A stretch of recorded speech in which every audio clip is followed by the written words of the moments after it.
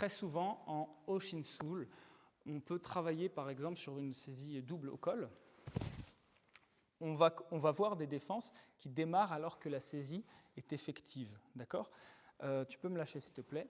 Il n'est absolument pas obligatoire d'attendre que la saisie soit faite. Je peux tout à fait, d'accord, me décaler avant que la saisie soit faite. Je peux tout à fait réagir de face avant que la saisie soit faite. C'est même beaucoup mieux. Si vous connaissez vos pumse, vous savez que dans Chiljang, on a ce mouvement. Si ma saisie, que je suis là, et qui saisit très fort, déjà, il y a de grandes chances pour qu'il ne soit pas sur place en train de me saisir et attendre que je le frappe.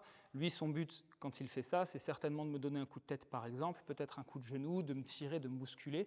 Donc, je ne vais pas avoir beaucoup de temps pour réagir. Et en plus, d'ici, ça va être très, très dur de lui faire lâcher. Donc, moi, si la saisie est effective, je vous conseillerais plutôt, tu peux me saisir à nouveau, je vous conseillerais plutôt de le maintenir avec vous, mais de partir sur des percussions.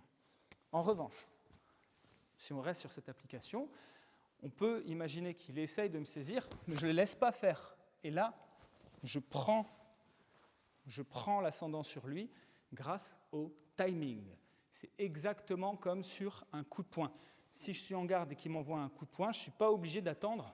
D'accord ? Je n'attends pas en général que le poing soit arrivé dans ma tête pour réagir.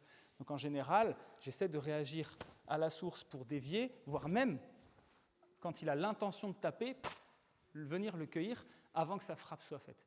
Donc il est tout à fait possible de réagir avant que la situation soit déjà mauvaise pour vous.